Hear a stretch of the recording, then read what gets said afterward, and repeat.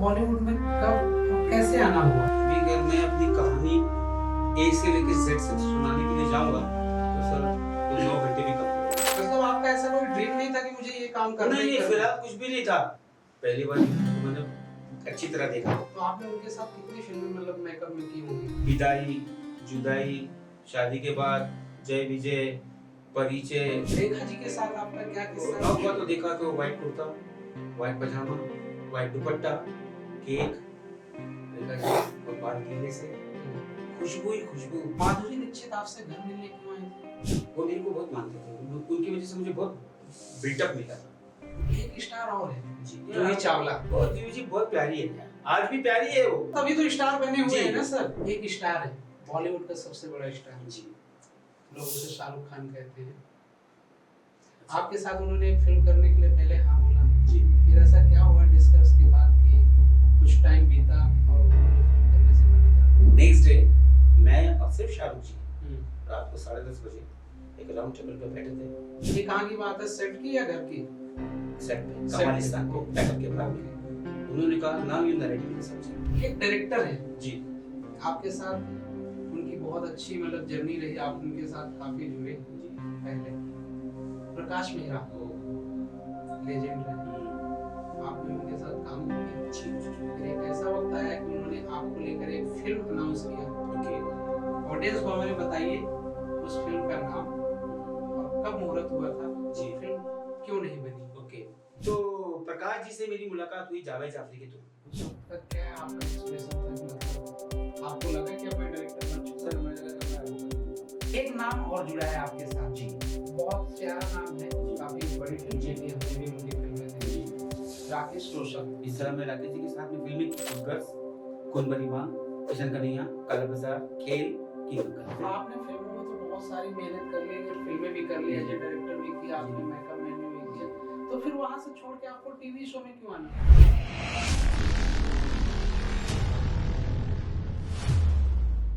नमस्कार सर, कैसे हैं? सभी आपको नमस्कार।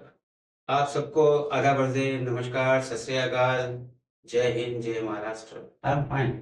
आज हम आपसे बहुत सारी बातें करेंगे, लेकिन मेरा एक पहला सवाल है जो ऑडियंस मेरे से बोली है कि आपसे पूछिएगा कि आपका बॉलीवुड में कब और कैसे आना हुआ? आपका इसमें पहले कोई रिलेटिव या फैमिली मेंबर इस लाइन में था या फिर?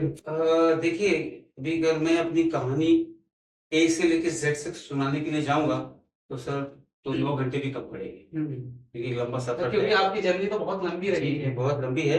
और देखिए शुरुआत चाहे इनायत शेख यानी मेरी हो, चाहे प्रकाश मेहरा साहब की हो, चाहे मुकुल आनंद साहब की हो, चाहे यासिर साहब की हो, चाहे महबूब साहब की हो, सबकी शुरुआत तो कहीं ना कहीं से तो होती है ना। हाँ, शुरुआत तो एक होती है जी कहीं ना कहीं। तो मैं आपको बताना चाहता हूँ कि मेरे जो गॉडफादर पापा, तो आप ओके। बोलेंगे ऑडियंस भी बोलेगी पापा कौन है? ऑडियंस नहीं जानती लेकिन मैं जानता हूँ। जी जीतू साहब। जीतू साहब, एकता कपूर जी के डैडी, तुषार के डैडी, यस। शोभा जी के हस्बैंड। मैं उनका बहुत बड़ा फैन था बचपन से।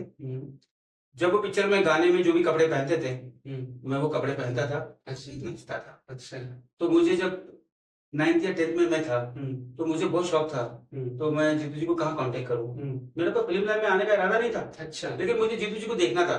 अच्छा। हाँ जी, उस चक्कर में मुझे पता चला कि कोलाबा में रहते हैं वो, उस वक्त वहाँ रहते थे। मतलब आपका ऐसा कोई ड्रीम नहीं था कि मुझे ये काम करना नहीं ही नहीं करना है? फिलहाल कुछ भी नहीं था, खाली Okay. जीतू जी जीतू जी जीतू जी, उसके अलावा कोई नहीं था। अच्छा। तो मैं विदाउट टिकट जाता था चर्च गेट, और चर्च गेट से फिर मैं वहां से पैदल जाता था। एक बिल्डिंग थी कैप कैदल, Okay. वहां जाके कई महीने नहीं बल्कि कई सालों तक गेट पे खड़ा रहता था। अच्छा। एक झलक दिख जाए, लेकिन झलक नहीं दिखी। And cut to one day I was staying in Bandra East. Okay. वहां पर जीतू जी के ड्राइवर थे, उनका नाम था दाऊद सलीम साहब। अच्छा। वो बीमार थे, वो एक बुक स्टॉल पे वो काम करते थे कुछ दिन के लिए। तो मैं उनको मिला तो वो मुझसे बोले कि फिल्म लाइन में आओगे? बोला अच्छी बात है, फिल्म लाइन में कोई क्यों चांस तो दे रहा है? हाँ, दे रहा है। बोले आप कौन है? बोले मैं जितेंद्र जी का ड्राइवर हूँ, अच्छा। दिन बीमार हूँ तो यहाँ हूँ। तो मुझे और क्या चाहिए था, मैं उनको पकड़ लिया। अच्छा। उसके बाद में फिर उन्होंने जब वो ज्वाइन किए अपनी नौकरी तो फिर मुझे उनको ढूंढना पड़ा, और उस चक्कर में मैं कभी रूपतारा स्टूडियो, कभी रंजीत स्टूडियो, लेकिन जीतू जी से मुलाकात मेरी नहीं हो पाई। कई साल निकल गए। तो एक दिन मुझे पता चला कि जीतू जी शूटिंग कर रहे हैं नासिक में किसी फिल्म की। कौन सी फिल्म थी, कुछ सर याद वो है? फिल्म का नाम था संतान, ओके। रेखा जी थी उसमें। तो मैं चला गया विदाउट टिकट, इगतपुरी उतर गया। अच्छा, आप बिना टिकट के गए आप यहाँ जी से? जी जी। और इगतपुरी उतरने के बाद में फिर मैं वहां से पैदल गया हाईवे से हाईवे नासिक तक। अच्छा। मतलब शाम को पहुंचा, वहां पैकअप हो गया था। पहली बार जीतू जी को मैंने अच्छी तरह देखा, मतलब सामने फेस टू जी फेस? जी, व्हाइट पैंट व्हाइट शर्ट में थे, पैकअप हो गया था। उनकी गाड़ी थी MRS 5036। तो गाड़ी नंबर भी आपको अभी भी याद है? मुझे सब याद है, MTJ 177 9077 इम्पाला, जो आपने हम जोली पिक्चर में देखा होगा। तो ड्राइवर साहब थोड़ा झूठ बोलते हैं जीतू जी को। उनसे कहा कि मेरे कजन ने शूटिंग देखने के लिए आए थे आपकी, चलो बैठा लो गाड़ी में। पहली बार जीतू जी गाड़ी में मैं बैठा, तो साहब मुझे बोले कि मैं तुमको कहीं देखा हूँ। बोले सर फला जगह मैं आया था, आपके घर के बाहर में रहता था, आपकी गाड़ी निकल जाती थी वगैरह वगैरह वगैरह। बोले काम करो, कल तुम आके स्टूडियो आओ, तुम्हारे लिए कुछ करते हैं। किसने कहा? जीतू साहब ने कहा। ओके। अगले दिन मैं गया आपके स्टूडियो, वहाँ फिल्म थी खुफिया, सिंपल कपाड़ी और जीतू जी। वहाँ अलाउद्दीन साहब जो राज कपूर साहब के मेन हेड रिकॉर्डिस्ट थे, उनकी फिल्म थी ये। तो मैं गया तो पृथ्वीराज कपूर जी के रूम में ही थे जीतू जी। तो मुझे बोला कि काम करो, मैं तुमको मेकअप आर्टिस्ट बना देता हूँ। अच्छा। जी सर, वेरी गुड। तो आपको पता था मेकअप आर्टिस्ट क्या होता है उस वक्त? मेकअप तो पता तो था, अभी मुंबई शहर में रहते हैं, फिल्म इंडस्ट्री तो पता ही है ना, थोड़ा बहुत तो नॉलेज थी। तो बोला ठीक है सर। तो बोले फोन लगाओ। तो अच्छा। मैंने फिर फोन लगाया एसोसिएशन में, जीतू जी खुद आए, उन्होंने फोन पे बात की परेरा साहब, अच्छा। मेकअप आर्टिस्ट की। जी, बोला मेरा बच्चा है, उसका कार्ड बनाना है। उस दिन से मेरी जिंदगी। तो मतलब मेकअप मैन में आपको जीतू साहब ने जी जी, मतलब आपको काम दिलाया, कार्ड बनवाया आपका? फिल्म इंडस्ट्री में एंट्री करवा दी उन्होंने बस। बात है। सर ये है 1972, 1972, तो हम इस दुनिया में होंगे भी नहीं। 20 परिचय। अच्छा। उस पास 74 में मैं एस्टेब्लिश हो गया खुशबू पिक्चर से, जिसके लिए पहली मरतबा मुझे आउटडोर के लिए जाना पड़ा झूठ बोलकर, क्योंकि उन्होंने कार्ड तो मेकअप का कार्ड तो बना दिया, लेकिन वहाँ काम कैसे मिलेगा। तो मैं 3 दिन तक फुटपाथ पे बैठा रहा गोवा में। अच्छा। वहाँ एन चंद्रा साहब थे जो तेजाब के डायरेक्टर है, वो गुलदार साहब के असिस्टेंट थे। और जिनकी जो मेकअप आर्टिस्ट थे जीतू जी के मेन केशव जी, उन्होंने कहा था कि बेटा तुम आ जाओ गोवा, मैं तुमको सेट करता हूँ। तो आपने उनके साथ कितनी फिल्में मतलब मेकअप में की होंगी? सर मैंने जीतू जी के साथ में, केशव जी के अंडर में विदाई, जुदाई, शादी के बाद, जय विजय, परिचय, खुशबू, मतलब दर्जनों फिल्में आपने कर डाली। और धर्मवीर, हाँ। और बहुत फिल्में की है साथ। अच्छा। एक किस्सा है जी, रेखा जी के साथ, आपका क्या किस्सा है वो बर्थडे वाला, जरा बताइए ना ऑडियंस को। बर्थडे वाला एक्साइटमेंट है, जानना चाहते हैं लोग। देखिए, इससे पहले कि मैं इस बारे में कुछ कहूँ, मैं ऑडियंस को बताना चाहता हूँ छोटे से डायलॉग के साथ। एक फिल्म को फिल्म फेयर अवार्ड मिला था रेखा जी को, और उस फिल्म के मेरे I was that time as associate director with mister Rakesh Roshan sir. तो वो फिल्म के लिए हम लोग गए थे शूट के लिए खुद चेन्नई में, साउथ में। ओके। तो पहले मैं उस फिल्म का थोड़ा सा डायलॉग बताता हूँ। बताइए ना, बताइए। मैं जा रही हूँ बाबा, मैं वहां जाऊंगी जहां मेरे कातिल रहते हैं, मुझे मौत के मुंह में धकेल कर तमाशा देखने वाले रहते हैं बाबा। बाबा दुनिया समझती है कि औरत ज्यादा कमजोर हो, लेकिन मैं दुनिया को बता दूंगी बाबा कि औरत अपने दिल में एक मर्तबा इंतकाम लेने की ठान ले तो उसे पूरा किए बगैर चैन की नींद नहीं सोती। उस कमीने ने मेरे मासूम बच्चों को अपनी मोहब्बत के झूठे जाल में फंसाकर मेरी मांग में सिंदूर की जगह खून भर दिया बाबा। ऐसा नहीं चलती बाबा। ये फिल्म में खून भरी मांग। खून भरी मांग। तो वो खून भरी मांग की शूटिंग के लिए जब हम गए, तो राकेश रोशन जी ने मुझसे कहा कि बेटा एक काम करो, बच्चे 2 है, वो हंसते हंसते कट जाए रस्ते गाना करना है, बच्चे फिरोज खान साहब की शूटिंग में है, आप ऊटी चले जाओ और वहां से उनको ले आओ। मैं ऊटी चला गया, यूनिट पूरी पहुंच गई मैसूर। लेकिन हाँ, फिर वो बच्चों को लेके जब मैं पहुंचा तो वो बात थी 5 मार्च की, और डुग्गू मतलब ऋतिक रोशन। तब तो बहुत बच्चा होगा। नहीं, अच्छे खासे थे। हाँ, एकदम फिट एकदम। अच्छा। वो तो पहले से हीरो ही है। वो राकेश रोशन के घर में पैदा हीरो बन के हुए। इनसे छड़ी बात में मैंने देखा नहीं यार। अच्छा। हाँ, इतने बड़े नाना जो आएंगे, हम उस पे भी आएंगे। जी। जरा रेखा जी के बारे में बताइए आप। तो 6 मार्च को सुबह में दरवाजा नॉक होता है होटल का। हम एक छोटी सी होटल में थे सब लोग, तो बड़े-बड़े 5 स्टार होटल नहीं थे वहाँ पर, रेखा जी ने भी एडजस्ट किया था। तो उस वक्त आप मैकमाइन में नो, नो, नो, डायरेक्टर में आए? डायरेक्शन में आ गए थे। ठीक है। डायरेक्शन में था मैं। वो आप जो सवाल करोगे तो उसके आप बारे में मैं मुझे डायरेक्टर पता पे भी है। आऊंगा। जी, जी, जी। यस। कि कैसा मेरा मेकअप जी, से जी। डायरेक्शन में मैच हुआ। तो नॉक हुआ तो देखा तो व्हाइट कुर्ता, व्हाइट पजामा, व्हाइट दुपट्टा, केक, रेखा जी और बाल गीले से खुशबू ही खुशबू। बाजू में ऋतिक जी, गुड्डू और गौतम, मोहन कुमार जी का बेटा। Okay. Happy birthday to you मुझे बोला। रेखा जी ने मुझे अपने गले से लगाया। मुझे लगा मुझे स्वर्ग मिल गया। मुझे लगा मेरी माँ ने मुझे गले तो आपकी लगाया। पहली मुलाकात? नहीं, नहीं, लगा पहले काम नहीं। तो पहले कर चुके होंगे ना, हाँ, तभी तो आपको। नहीं, ये खून भरी मांग के दौरान में हमारा क्या होता है कि जब यू आर इन डायरेक्शन, तो डायरेक्टर के बाद में जो लोग होते हैं वो बहुत अटैच होते हैं आर्टिस्टों के साथ, यू नो। तो रेखा जी बहुत खुश हो गई देखकर मुझे बर्थडे में। यस। तो मैं फिर नमस्ते किया, तो एक ट्यूनिंग बन गई रेखा जी के साथ में, गुड्डू के साथ में। और फिर उन्होंने हंसते खेलते किए। एक आपको किस्सा बताना चाहता हूँ मैं। आपने ऑडियंस आपने खून भरी मांग देखी होगी, उसमें एक सीक्वेंस है जिसमें मगरमच्छ में गिरती है और बाद में मगरमच्छ से वो गुड्डा खींच के लाता है और लाने के बाद सीता है और सीने के बाद में आज वो काला कपड़ा पहन के जा रही है। तो जो कीचड़ में गिरने का सीक्वेंस था ना, वो हम बोरीवली में कर रहे थे, जहाँ बहुत गंदगी थी। ओके। रेखा जी मेरे को बोली, शेखो इधर आओ, जाओ। मुझे धक्का मार दिया। अच्छा, मैं कीचड़ में गिरा। मतलब ट्रायल के लिए कि हाँ, पहले- ट्रेन नहीं, देखो मस्ती, हाँ, वो आर्टिस्ट। अच्छा। हाँ, गया, बोला अब इसमें ना बहुत सारा यूटी कलर डाल दो, अब मुझे हाथ पकड़ो, अब मुझे तुम्हें भी ले चलो। तो मैंने प्लाईवुड लगवाया, फिर रेखा जी को लिटाया रियल कीचड़ में। अच्छा। और बदबू इतनी मार रही थी, लेकिन रेखा जी टस से स्टार तभी तो है आज। हाँ, हाँ, बहुत ग्रेट। उन्होंने बाकायदा वो पूरा सीक्वेंस किया, कम से कम 5-6 घंटे लगे तो करने के लिए। एक और डायरेक्टर है जी, साउथ के जाने माने डायरेक्टर है जी, बापू साहब। ओके। उनके साथ आपकी कैसी रही जर्नी, और मतलब कौन कौन सी फिल्में की, थोड़ा सा बताएंगे audience को? ऐसा है कि बाबू साहब का जब नाम आता है, आप उनके साथ असिस्टेंट में थे ना? जी, जी, हाँ जी, हाँ, बाबू साहब का जब नाम आता है हम्म, तो एक रिस्पेक्ट बढ़ जाती है। तो बाबू साहब साउथ के डायरेक्टर जिन्होंने अनिल कपूर को अनिल कपूर जी बनाए, अच्छा। वो साथ दी। ओके।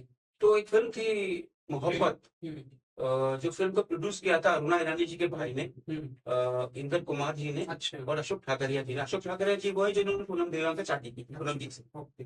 वो दोनों पार्टनर थे, तो उनकी पहली फिल्म थी। तो मैं उसमें असिस्टेंट में था, अच्छा। बाबू साहब के साथ में। लेकिन जब मैंने काम किया, और माफ करना, मैं उस जमाने में डबल डिपार्टमेंट में। अच्छा, मतलब मेकअप भी हाँ, और डायरेक्शन। हाँ, कंपनी का मेकअप भी मेरा ही था अच्छा। और डायरेक्शन में बाबू साहब के साथ पैसे तो डबल मिलते हैं। सब उस जमाने में इतने पैसे नहीं मिलते थे जितने आज के जमाने में हमारे मेकअप ज्यादा को मिलते हैं, है ना। खैर चलो, पैसे की बात तो जाने दो, क्योंकि एक satisfaction is most important than the money, you know. So हुआ ऐसा कि मोहब्बत की, तो बाबू साहब की फिल्म चालू हुई दूसरी, मेरा धर्म। लेकिन मेरा धर्म में भी मेकअप में था मैं, वो दूसरे भाई की पिक्चर थी, अच्छा। अरुणा जी के। लेकिन वो उसमें मुझे मौका नहीं मिला डायरेक्शन का। जब फर्स्ट शॉट लगाया उन्होंने ऊटी में, कि एक जीप है, जीप में जैकी श्रॉफ और रोमित शर्मा जी आ रहे हैं, अच्छा। तो बाबू साहब आवाज दिया, शेख वेरा रही हो। तो मैं तो गया नहीं, तो मुझे बोला शेख बाबू साहब बुला रहे। तो जब मैं पहुंचा उनके पास में, बोले वही वर्किंग। बोला सर प्रोडक्शन वाला सिर्फ you work only in makeup. वही बोला कॉल प्रोडक्शन वाला। बोला he is my Hanuman ji, he is playing like Hanuman ji, I want. ऐसा क्यों बोला? इसलिए कि अब मैं अपनी तारीफ कैसे करूं। सर देखिए, एक डॉक्टर जिस तरह नब्ज पकड़ के आपको बता देता है कि आपकी बीमारी क्या है, we have like that in direction department. हम अपने डायरेक्टर को डायरेक्शन नहीं देंगे, लेकिन डायरेक्टर को तमाम चीजें मुहैया करवाएंगे जो सोच भी नहीं सकते। इतनी स्क्रिप्ट में घुसना पड़ता है, इतनी डिटेल में काम करना पड़ता है। तो आई डन लव मैरिज, मोहब्बत, मेरा गरम दिल जला, प्रेम प्रतिज्ञा, प्यारी बहना, इस बात को। ओके। अच्छा, एक किस्सा और है जी, माधुरी दीक्षित आपसे घर मिलने क्यों आई? देखिए, देख लीजिए आप लोग, अब बड़े वो हैं आप। नहीं, अब हमारी टीम ने रिसर्च किया तो अच्छा जी, सवाल तो पूछ रिसर्च भी किया इन्होंने। एक्चुअली क्या था, एक फिल्म थी प्रेम प्रतिज्ञा। प्रेम प्रतिज्ञा में एक सीन था जिसमें बिकॉज ऑफ मिठुंदा गुंडे होते हैं। ओके। नाना नीलू फुले जी की डेथ हो जाती है और माधुरी जी ये समझती हैं कि बिकॉज ऑफ मिठुंदा मेरे नाना मरे हैं। अब ये गुंडागिरी छोड़कर, गुंडागर्दी छोड़कर ये शरीफ बन के उसको फीड करता है, उसका माधुरी जी को। और एक सीन में पूरे हाथ में छाले पड़ जाते हैं, तो छाले पड़ने के बाद में वो आता है, वो खाना बना के रखी है। वे शॉट इन चांदेवली स्टूडियो। अच्छा। और विदाउट एनी सिंगल डायलॉग, बापू साहब took near about 45 shots from HTDF. He came, उसने टैब खोला, नहीं खोल रहा था, माधुरी जी वहां से देख रही थी, उसका रिएक्शन, इनका काउंटर शॉट, वो बाहर निकली, नजदीक आई, टैब खोला, मुंह बनाया, हाथ धोया, टॉवल दिया, अंदर लेके गई, खाना परोसा, खाना नहीं खाया, मुंह में टोका। तो पूरा सीक्वेंस विदाउट एनी डायलॉग के लॉट ऑफ शॉट्स आते हैं। जब हमने उसको रश देखा ना, मुझे माधुरी जी का जो फ्रेम था, फ्रेम वर्क, बाबा साहब is a good frame maker. तो बाबा आजमी बोलता क्या नाम है, शाबाना जी के, वो मेरे को बहुत मानते थे, उनकी वजह से मुझे बहुत बिल्टअप मिला एज असिस्टेंट डायरेक्टर।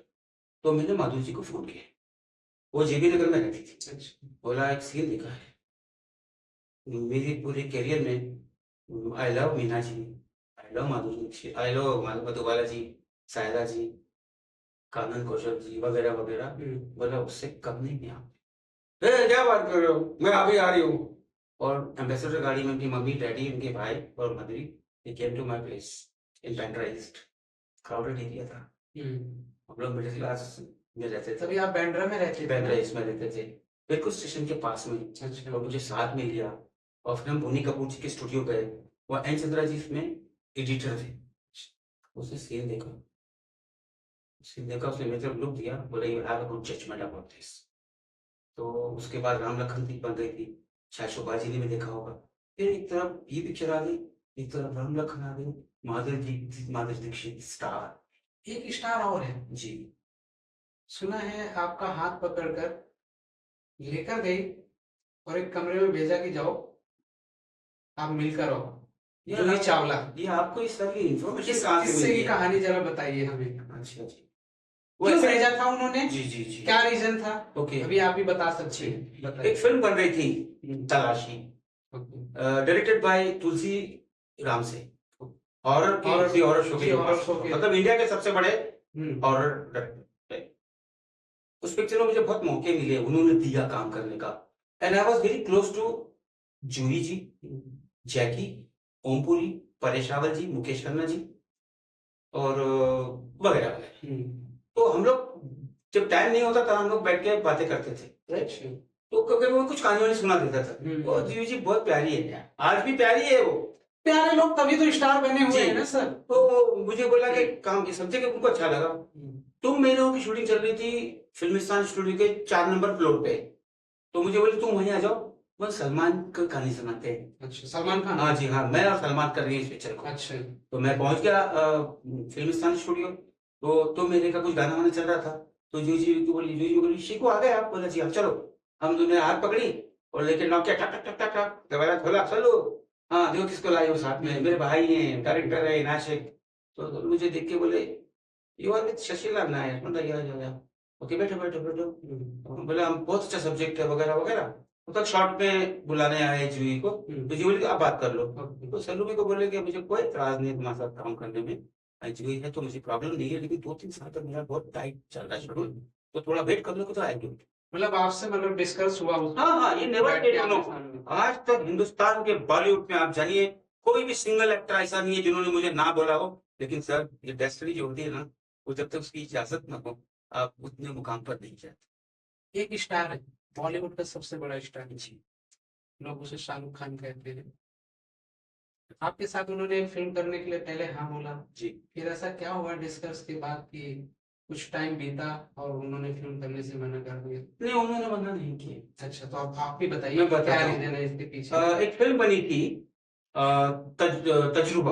ओके। उस पिक्चर में थे बच्चन साहब, ऋषि कपूर जी, और उसके जो फाइनेंसर थे उनके पास एक प्रोडक्शन वाले थे, उनके फिल्म बनाना था। और कादर खान जी के एक असिस्टेंट थे मुजीब खान साहब, जो बहुत अच्छे राइटर हैं, आज भी उनका बहुत नाम है स्टेज की दुनिया में, मुजीब खान। उन्होंने एक सब्जेक्ट सुनाया था, उसका टाइटल था वैशी। और उस वक्त में शाहरुख साहब की चमत्कार, दीवाना, हेमा जी की फिल्म, ये सब फ्लोर पे थी।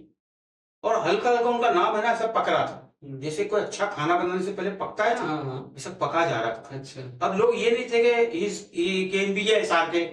ये किंग खान बन जाएंगे, वैसा लोगों को नहीं था। लेकिन शाहरुख जी को तो जरूर होगा। उस वक्त तो टॉप पे ही थे। नहीं टॉप पे नहीं थे, नाम हो रहा था। अच्छा। मतलब ऐसा जंजीर की तरह जैसा अमित जी का झपाक से हुआ था ना, वैसा नहीं था इंडस्ट्री में एज ए गुड एक्टर। तो मैंने किंग अंकल बन रही थी। अच्छा। मैं राकेश जी के पास से थोड़ा ब्रेक ले लिया था, क्योंकि मेरे पास में एक फिल्म जो मैंने मुहूर्त की थी, शायद मेरे से सवाल करोगे आप, मुझे पता है, तो उसके बाद मुझे 17-18 पिक्चरें मिल गई थी एज ए डायरेक्टर, इसमें से ये भी एक फिल्म थी, राइट। तो मैंने राकेश जी को फोन किया शिमला में और मैंने कहा कि सर शाहरुख यहाँ पर शूटिंग कर रहे हैं, तो आप जरा मेरे बारे में बोल दीजिए। तो तुम शूटिंग पर क्यों नहीं है? मैं बोला सर ऐसे से, ओके कोई बात नहीं। उन्होंने शाहरुख से बोल दिया। अच्छा। शाहरुख जी के मेकअप मैन थे रवि इंदुलकर, उनका फोन आया, बोले you come tomorrow at Kamalistan studio, चमकदार के सेट पे शाहरुख जी मिलना चाहते। तो मैं राइटर और प्रोडक्शन वाला हम लोग पहुंचे कमालिस्तान। शाहरुख जी फिर सब मिल गए वहां पर। नसीर भाई जानते थे, उर्मिला जानती थी। अब उस ग्रुप में थे तो सब लोग, हाँ, पीटर परेरा जी ज्यादा था, खान साहब तो जानते थे, सरकार से काम कर रहे इंडस्ट्री में, और गुड बुक में ही थे। मतलब इंडस्ट्री में होकर भी इंडस्ट्री की तरह नहीं थे, मतलब बिल्कुल कोई उंगली नहीं उठा सकता कि यार। तो फिर आप वहां पहुंचे कमालिस्तान के? जी, तो शाहरुख जी आए, सबसे मिले, मुझे बोला आप यार इनायत शेख? जी जी ओके। लेकिन आप यकीन नहीं करोगे, इनायत साहब करके उन्होंने मुझे एक मुखातिब किया। गॉड ही नोज का was a very senior guy, मैंने बहुत स्ट्रगल करके आया था, ही रिस्पेक्ट मी। ओके। और मुजीब साहब ने सब्जेक्ट सुनाया, उन्होंने अपना सब्जेक्ट पूरा सुना and there was no reaction of sir about the subject. जब हम बाहर निकले तो मुजीब साहब का चेहरा उतर गया। तो उस वक्त आपको क्या लगा था, मतलब ये करने लायक है? कहानी सुनने के बाद बहुत न्यूट्रल था। अच्छा। हमने बहुत कुछ सीखा। आपको लगा था कि करेंगे? सब मैं प्रकाश बेरा, मनमोहन देसाई, गुलदार साहब, अनिल गंगुली, एसवी राजन, सर मैंने बहुत लोगों के साथ काम किया था, मुझे सब पता था पेशेंस बहुत जरूरी होता है और डायरेक्टर के लिए पेशेंस बहुत जरूरी है। तो बोला कि कैन यू कम टुमारो? इसने कहा शाहरुख साहब ने। अच्छा। डिनर साथ में करते हैं और जो पसंद है बता दो, मैं मंगा दूंगा। नेक्स्ट डे मैं और सिर्फ शाहरुख जी रात को 10:30 बजे एक राउंड टेबल पे बैठे थे। ये कहाँ की बात है, सेट की या घर की? सेट, कमालिस्तान को पैकअप के बाद में उन्होंने कहा now you narrate the subject. तो मुझे कमालिस्तान में बोला अगले दिन आप आ जाओ और साथ में डिनर वगैरह करेंगे और सब्जेक्ट सुनेंगे। और मैं बोला अगले दिन मैं पहुंच गया, मैंने पूरा सब्जेक्ट सुनाया उनको और सब्जेक्ट सुनाया नहीं, मैंने सब्जेक्ट दिखाया। नरेशन दो टाइप का, एक नरेशन तो वो होता है जो आप बोलोगे तो सामने वाला फील करेगा और सुनेगा कानों से। एक नरेशन वो होता है कि आप आंख भी बंद कर लोगे तो आपको पर्दा दिखेगा। मतलब आपने उनको विजुअल पे मतलब पूरा दिखा दिया? Sir definitely this is the I learn from Javed Akhtar sahab, okay, I learn from Lakshmi Narayan ji, I learn from Kader भाई, कादर खान। तो मैंने गुरुओं के साथ काम किया है, तो मुझे पता है कि किस टेक्निक से आपको नरेशन देना है। राइट। तो पिक्चर जब खत्म होगी मेरी नरेशन, तो रात को 2:30-3 बज गया था, तो मुझे कहा कि पिक्चर चले, तो मैंने कहा व्हाट अबाउट सब्जी? बोले सब्जी का नरेशन बहुत अच्छा है, दिस इज द शाहरुख साहब वर्ड। और मैं ऑडियंस को भी बताना चाहूंगा, अगर शाहरुख साहब मेरा ये टेप देखेंगे तो ही डेफिनेटली रिकॉग्नाइज मी कि मेरा एक एक वर्ड जो है ना वो सच्चा है। तो उन्होंने कहा कि एक लास्ट बात उन्होंने ये कही, I love to work every year one film with you इंशाल्लाह। ओके। और आपको बता दूं अनुभव खेर जी की मैं एक इंटरव्यू में शाहरुख साहब ने एक बात कही थी, नसरुम मिनल्लाहि व फतहुन करीम, वो हमेशा ही पढ़ते हैं। अच्छा। और ये भी किस्सा उन्होंने बताया था कि अजमेर शरीफ के अंदर जब वो गए थे तो उनका 7,000 रुपये चोरी हो गया था। किसी बाबा ने उनसे कहा था कि बेटा फिक्र मत कर, तू बादशाह साहब के दरबार में आया है, वो 7,000 करोड़ का मालिक बनेगा। तो वो बात सच हो गई। तो कौन देखिए, और अमरीश पुरी जी ने एक बात मुझे कही थी, बेटा कामयाबी के लिए कोई उम्र नहीं होती, you work, you hard work. तो शाहरुख साहब ने हाँ बोल दिया। तो जो पैसे बोले थे उन्होंने, चना मुंगरा होता है ना, पीनट्स, वो पैसे थे, कुछ भी नहीं। लेकिन आपने मेहनत तो बहुत की, हमने भी देखा है आपकी जो जर्नी। ये मैं कंप्लीट कर लूं पहले, ताकि बात अच्छी ना लगे। बताइए। तो मैंने अपने प्रोड्यूसर से कहा कि उनको इतने पैसे चाहिए और 2 महीने में पिक्चर स्टार्ट करके खत्म कर दो। बहुत अच्छा सब्जेक्ट था। प्रोड्यूसर बोला इतना दे दो, इतना दे दो, उतना दे दो। अब मैं पूरी मुंबई फिल्म इंडस्ट्री की कोलाबा से लेके दही सब चेक नाके तक घूमता रहा लोगों के पास के, मेरे पास शाहरुख आई है, शाहरुख साहब है, शाहरुख साहब है, लेकिन देखिए ना दसवीं। मतलब उस वक्त ऐसा नहीं था कि अगर आपने किसी एक्टर को अप्रोच कर लिया है जी, बातें डन हो गई, मतलब फाइनेंसर नहीं मिलता था? नहीं, सवाल फाइनेंसर का नहीं था, सवाल प्रोडक्शन हाउस का था। तो मेरे पास बहुत सारे लोग जानते थे, लेकिन सब लोग देखो क्या होता है, देखो यहाँ पे यार इंजन के पीछे डब्बे जोड़ते हैं। अभी तो कैसा अभी देखता हूँ कि अगर किसी ने एक हीरो को साइन कर लिया जी, तो आज तो कोई भी प्रोड्यूसर आ जाता है। में फर्क है, उसको लोगों को ये लगता है कि शाहरुख साहब जो है वो 300 करोड़, 500 करोड़, 1,000 करोड़ की फिल्मों के हीरो बनेंगे, वो उसको मेरी पिक्चर में छाप हो जाता है। एक डायरेक्टर है जी, आपके साथ उनकी बहुत अच्छी मतलब जर्नी रही, आप उनके साथ काफी जुड़े जी पहले। प्रकाश मेहरा को लेजेंड रहे, आपने उनके साथ काम भी किया।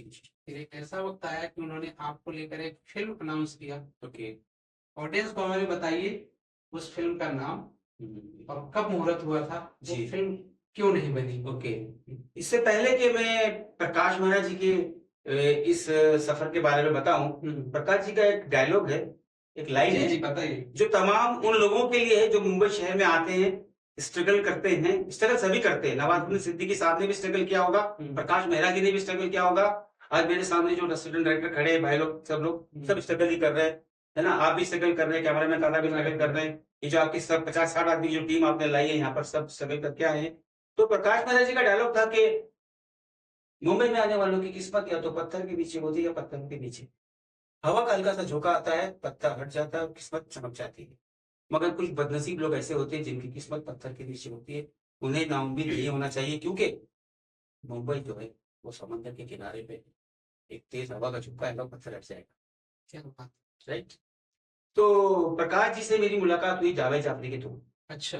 एक कनाडा की डायरेक्टर थी पाशा जंग जी, जिसका आपने देखा होगा बैंड्रा टू दहीसर चेक नाके पे जो हाईवे है, उस पे नाम लिखा हुआ अली यावर जंग साहब। हाँ, वो मैंने देखा, वो उनके नाना है। अच्छा। और वो कनाडा की डायरेक्टर थी, उनको हिंदी का एक बंदा चाहिए था उनके एसोसिएट के लिए, तो मुझे वहां पर जावेद जाफरी जी के थ्रू में मिला। जब मैंने काम किया तो प्रकाश जी बहुत इंप्रेस्ड हुए, जो मुझे नहीं रिएक्शन दिखा प्रकाश जी के चेहरे पे। जब खत्म हो गई पिक्चर तो प्रकाश जी बना रहे थे सम्राट अशोक, बहुत बड़े बजट की थी, उन्होंने 3 करोड़ का सिर्फ सेट लगाया था फिल्म सिटी में। तो मैं जब ये काम खत्म कर चुका था तो मुझे बोला ना जाओ काम पे लग जाओ, तो मैं उसमें जुड़ गया। तो फिर मुझे बोला चल ऑफिस में बुला करके मैं आपको फिल्म देना चाह रहा हूँ एज डायरेक्टर। मेरे पैसे जमीन की रखी, क्योंकि बच्चन साहब को भी उन्होंने जिंदगी दी थी, तो मेरी जिंदगी में भी किस्मत का सितारा चमक गया था। तो मैंने सब्जेक्ट सुना है जाके, प्रकाश जी ने बोला सब्जेक्ट तो अच्छा है, लेकिन ये सब्जेक्ट जो है ना वो वीनस वालों के लिए है, सस्पेंस के अंदर। तो बोला दूसरा, तो बोला एक फिल्म देखो, उसमें गाना था दुनिया में ऐसा कहाँ सबका नसीब है। मैं सडनली याद किया, मैंने कहा सर ये पिक्चर तो बहुत अच्छी है, धर्म जी, शर्मिला टैगोर जी, देवन वर्मा, सुपर हिट फिल्म थी। इस पिक्चर में मैं राइटिंग में था, आप ये फिल्म देखो, ये बनाएंगे तुम्हारे।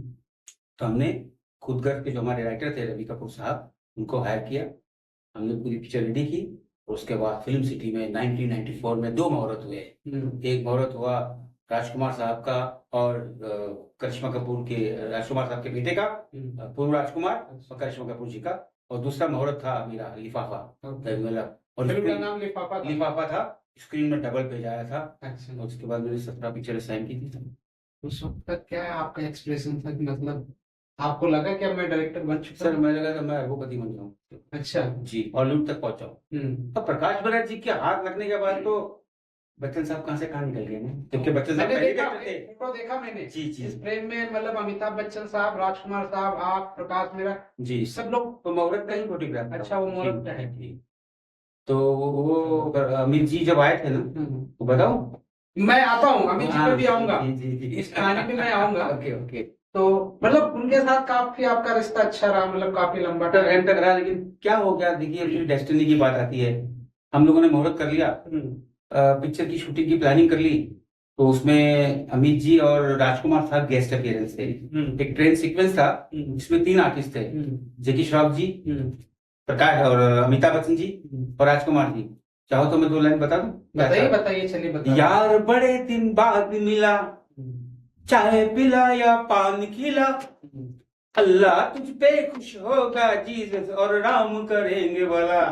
ये एक गाना था, राइट। और मेहबूब स्टूडियो में हम लोग सेट लगाने वाले थे अमित जी के लिए गेस्ट अपीयरेंस में, और अमित जी ही गाने वाले थे। उसकी भी 2 लाइन बताता हूँ। हाँ जी। मोहब्बत नाम है जलने का और जल जाने का, और आज फिर खून हुआ है किसी परवाने का।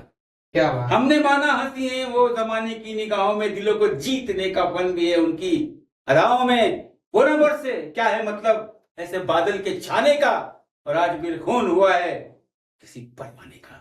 क्या बात। लेकिन सर औदे साहब जी, अगेन आई से डेस्टिनी। भाभी जी का पैर में कपड़ा आया, दिल्ली एयरपोर्ट पे प्लेन से गिरी, सीढ़ियों से, ब्रेन हेमरेज हो गया, और 7 से 8 साल तक कोमा में थी। उसके बाद मेरी पिक्चर नहीं गई, वरना सोचिए हम कहाँ से कहाँ। एक नाम और जुड़ा है आपके साथ जी, बहुत प्यारा नाम है, जी काफी बड़ी जी फिल्में दी, हमने भी उनकी फिल्में देखी। जी राकेश रोशन, जी ऋतिक रोशन के बेटे। गुड्डू जी। उनके साथ आपने मतलब क्या सीखा, कौन कौन सी फिल्में की, जी और उनके साथ आप मेकअप मैन में आए थे या एज ए डायरेक्टर या जी असिस्टेंट डायरेक्टर, कैसे जुड़े हुए आप? थोड़ा किस्सा थोड़ा लंबा है ना, बताइए ना। एक फिल्म बन रही थी शशिलाल नायर साहब की। हाँ। मैं शशिलाल नायर साहब को बहुत अच्छा डायरेक्टर मानता हूँ। तो उनकी फिल्म थी परिवार, अच्छा। जिसमें मिथुन दा थे, मीनाक्षी शिशाद्री, मंकी, डॉग, अच्छा। और उसमें मैं असिस्टेंट था उनके शशिलाल जी के साथ। वहां पर जो कैमरामैन थे डीओपी साहब, डायरेक्टर ऑफ फोटोग्राफी, थॉमस डेवियर। अच्छा। और थॉमस डेवियर मेरे अच्छे दोस्त थे, मैं मिला हूँ अभी जल्दी, जी, लेटेस्ट जी, में मैं जी। मिला हूँ। तो वो एक दिन नहीं थे शूट पे, तो मैंने बांद्रा के अंदर एक लोकेशन था जो मैंने फाइनल करवाया था, तो हम वहाँ शूटिंग कर रहे थे। तो पुष्पल दत्ता जी कैमरामैन थे, गुड पर्सन, वो सूर्यवासी वो। तो वो थे वहां पर, उन्होंने मेरा होल डे काम देखा, और राकेश जी को चाहिए था एक असिस्टेंट। अच्छा। उनके पास 3 असिस्टेंट थे, जवाहर भंडारी जो राजेंद्र कुमार के भाई के बेटे थे, कैफी, और हरीश खत्री साहब। हरीश खत्री साहब जो थे वो जयम प्रकाश जी का एसोसिएट थे एक जमाने से। आमिर उनके बेला आए दिन बाहर के, आया सामंत जिनके, आशा वगैरह वगैरह। लेकिन वो तीनों जा रहे थे टी रामाराव की शूटिंग पे, वतन के रखवाले के लिए आउटडोर। नडियाड वाले की फिल्म थी, नडियाड साहब की, गफ्फार भाई की। तो राकेश जी मेरे को बोले आप, बोले वो एक असिस्टेंट चाहिए। तो मैं ऑफिस पहुंच गया तो मुझे राकेश जी ने बोला कि क्या लोगे पैसा। अच्छा। मैं बोला गुड्डू जी पैसा तो जाने दीजिए, बात की बात है, तो पहले मैं काम करता हूँ, जब काम देगा फिर दीजिए। तो बोले तुमको मैं कहीं देखा हूँ। बोले सर मैंने आपके साथ में 19-20 as a makeup artist. Surprise. मैंने कहा प्रीतमा, जीतू जी, जीतू सिंह जी और गुड्डू जी ये थे। अच्छा तुम सबसे हो इंडस्ट्री में? बोला जी। और यहाँ पर मैंने कहा बापू साहब के साथ राकेश रोशन, शशिलाल नायर, मेहुल कुमार जी, कादर कश्मीरी, मुन्ना भाई, और तालुकदार जी, मेहुल कुमार, इन तमाम लोगों के साथ मैंने काम किया। तो बोला ठीक है। तो उससे मैं जुड़ गया उनके साथ में, और जब शूटिंग की तो राकेश जी ने जो मैं सोचा था उससे डबल पैसे दिए। अच्छा। इस तरह मैं राकेश जी के साथ में फिल्में की, खुदगर्ज, खून भरी मांग, किशन कन्हैया, काला बाजार, खेल, की कुकर। ये आपने सारी फिल्में मतलब असिस्टेंट के साथ? मैं फिर मेकअप तो छोड़ ही चुका था ना 84 के बाद में। जी जी। तो फिर उसके बाद आपका मतलब कुछ उनसे मुलाकात नहीं हुई काम करने के? नहीं, उसके बाद क्या हुआ था, देखिए जब फिल्में चल रही थी मुझे वैसे डायरेक्टर मौका मिल गया था। तो जब आदमी को मौका मिलता है तो बट नेचर आदमी थोड़ा सा अलग तो होगा ना। वो बात तो सही है। प्रकाश बेरा जी का 94 का पिक्चर, फिर मेरी फिल्म थी सूर्यकांत। अभी वो उस पे आएंगे। अभी मैंने एक 15-20 दिन पहले मैंने एक पोस्टर देखा, आपकी फिल्म रिलीज हुई थी जी। फिल्म का नाम था लव स्टोरी 98। जी जी जी। और उसके प्रोड्यूसर पप्पी लहरी साहब थे जी, जो अभी नहीं है जी। और मैंने देखा फिल्म बड़ी प्यारी थी, आप डायरेक्टर थे। अभी डेस्टिनी की बात है, उससे बढ़कर कुछ नहीं है। काम तो हमने किया, मेहनत भी तो होती है। हाँ मेहनत तो नहीं है। वर्मा साहब क्या है ना जी, मेहनत सब करते हैं, सब करते हैं ना। अभी इतने सारे कलाकार काम कर रहे हैं। अमरीश पुरी जी कहाँ से आए थे, रेलवे में बैठते थे, उनके साथ चलता था, पाटकर से पैकअप होता था, हम रेलवे में आते थे सेकंड क्लास में, और पाटला उतरते थे अमरीश जी के साथ। उसके बाद में उनकी 6 महीने 8 महीने बाद आ गई मुंगाम्बो खुश हुआ, तो कहाँ से कहाँ निकल गए। तो इन शॉर्ट कहने का मतलब मेरा ये है कि अभी बात आई थी बप्पी लहरी साहब की। तो बप्पी लहरी साहब की जब मेरा मुहूर्त हुआ था प्रकाश बेरा जी की फिल्म का, उन्होंने घर बुलाया। अच्छा। और मुझे बोला मतलब देखा होगा आपका इतना। जी जी। मुझे बोला बाबा मैं आपको जानता हूँ। बोला जानते क्यों नहीं? बापू साहब के सब पिक्चर के म्यूजिक डायरेक्टर तो आप ही थे।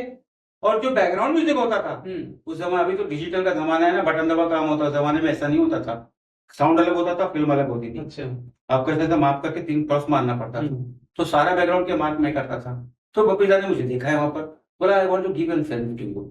उन्होंने एक फॉरेन की फिल्म बताई मुझे, इस फिल्म पे काम करो। तो मैंने 3 महीना बैठ के अपनी यूनिट में लेके काम किया, कि हमने रिहर्सल की। और सुना है कि उसमें आपने इंटरनेशनल पॉप सिंगर भी लिए थे, एक्टर भी लिए थे, क्या बॉलीवुड में नहीं थे उस फिल्म के लिए? नहीं सर, देखिए क्या था, वो पिक्चर का नाम था लव स्टोरी 98। क्योंकि इससे पहले प्रकाश बप्पी दा ने जो फिल्म बनाई थी उसमें भी समांता फॉक्स को लाया था उन्होंने हॉलीवुड से। अच्छा। चीची भैया के साथ, मतलब चीची भैया मतलब गोविंदा जी के फिल्म में।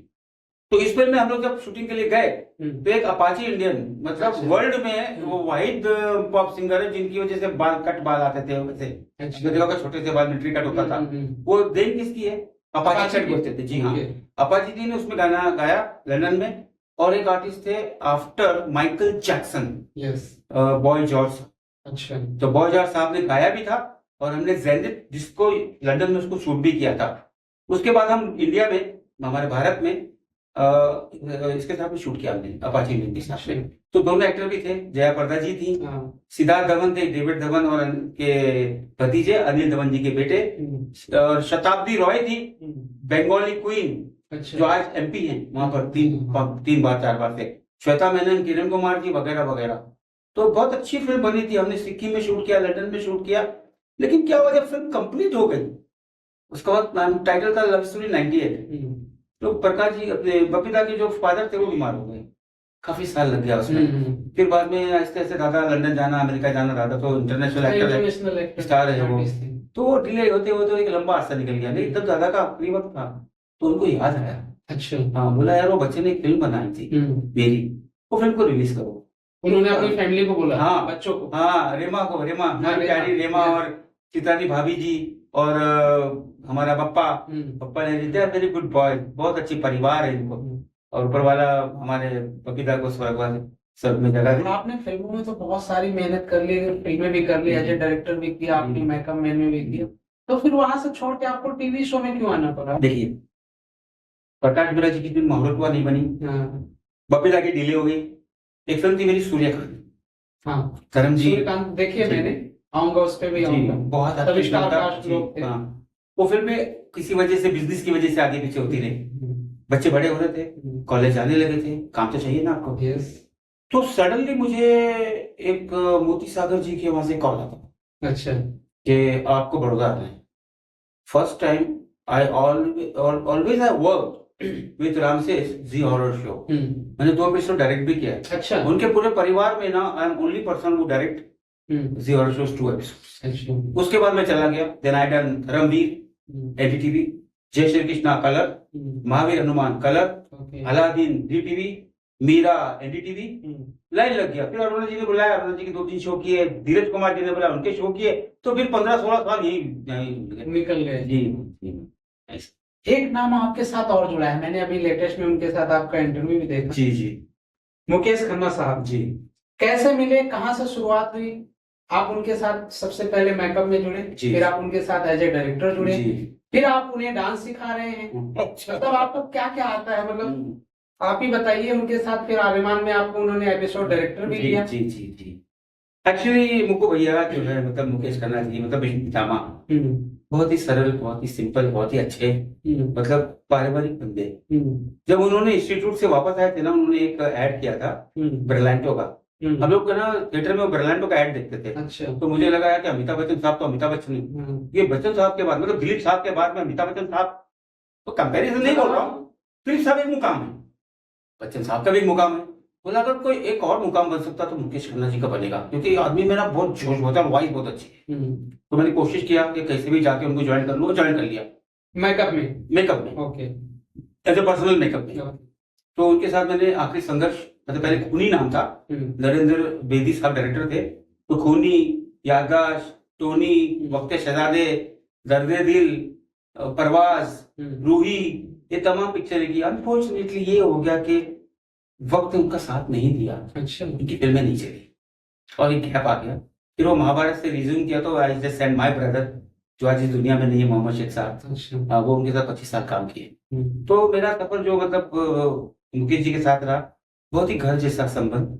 हमारे हर फंक्शन में वो आते हैं, अच्छे बुरे वक्त में। आज सुबह से मेरी बात हुई थी, शक्तिमान का कुछ चल रहा था, तो मैंने कहा मुकेश जी मुकेश शक्तिमान के बारे में, बोले देखो भाई मैं तो सीधा इंसान हूँ, मैंने शक्तिमान के लिए कहा ही नहीं है कि भाई शक्तिमान बना रहा हूँ, मैं तो ये कहा कि शक्तिमान के कपड़े पहन के मैं बच्चों को सीख देना चाहता हूँ। अच्छा, ऐसा मैसेज किया था, शायद अब पता नहीं क्या है, कंट्रोवर्सी बहुत चल रही। तो आप उनके साथ फिर एज ए डायरेक्टर कब जुड़े? वो एक दिन मैं चांदीवली स्टूडियो में था, तो मुकेश जी की शूटिंग कर रहे थे, मिलने गया था। बोले यार मैं एक शो बना रहा हूँ, लेकिन धरती का शो नहीं है, स्पेस का है, अच्छा स्टार वार जैसा। बोला मुकेश जी स्टार वार, तो आपके साथ कौन है? बोले दिनकर जानी जो है ना शक्तिमान वाले, तुम्हारे भी दोस्त है। बोले हाँ वो डायरेक्टर है, लेकिन मुझे एक ऐसा बंदा चाहिए, तेरे से कौन मिलेगा यार, दैट टू संभाल ले, कॉन्सेप्ट उनका होगा। तो I join Aryaman, total episodes, जिसमें सब बड़े बड़े लोग थे, कमलेश पांडे जी राम लखन के राइटर, मनोज सोनी ऋतिक रोशन के कैमरामैन, विजय दास गुप्ता, बोनी कपूर जी, अनिल कपूर जी की मिस्टर इंडिया के आर्ट डायरेक्टर, बड़े बड़े set, and we start work. काफी अच्छा हिट सीरियल रहा, बचपन में देखते थे, बहुत अच्छा रहा। एक नाम और है आपके साथ जी, अभी लेटेस्ट में मैंने उनके भाई के साथ भी काम किया, अच्छा अच्छा अच्छा, अरोड़ा ईरानी। Okay okay. उनके साथ कैसा सफर रहा? उनके साथ भी आपने टीवी शो किए? देखिए अरुणा जी मेरी बड़ी बहन है, पहली बात तो ये। मेरा जो मेकअप से स्विच हुआ है ना, वो मुझे पता है शायद आप आगे सवाल करने वाले थे, लेकिन मैं इसका जवाब अभी देता हाँ बताइए। एक नाम है इंडस्ट्री में, उसका नाम है अब्बास मुस्तान। अच्छा, Right? मेरे बहुत फेवरेट जी। डायरेक्टर हैं। अब्बास मुस्तान साहब के चेहरे पे ये नहीं लिखा है कि अब्बास मुस्तान साहब ने बाजीगर बनाई होगी, देखिए बहुत सीधे लोग हैं। सिंपल से हैं दोनों भाई, व्हाइट कपड़े पहनते हैं, हमेशा व्हाइट एंड व्हाइट। लेकिन मेरी मुस्तान के साथ मुस्तू बोलता हूँ मैं उनको, हमारी ट्यूनिंग 7 साल तक कंटिन्यू रही गुजरात में। हम लोगों ने माँ बिना सुनो संस्कार, फुटपाथ की रानी, चरोतनी चंपा, जमुना बड़े जगदम्बा, दस्तानो राजा, लोहिनु तिलक, ये तमाम पिक्चर के अंदर वो एसोसिएट थे, मैं मेकअप में था। अच्छा, हाँ। मतलब आपके बहुत अच्छे एक ही दोस्त कमरे में थे। रहते, एक ही कमरे में रहते थे। एक दिन शूटिंग चल रही थी सगा सव स्वार्थना।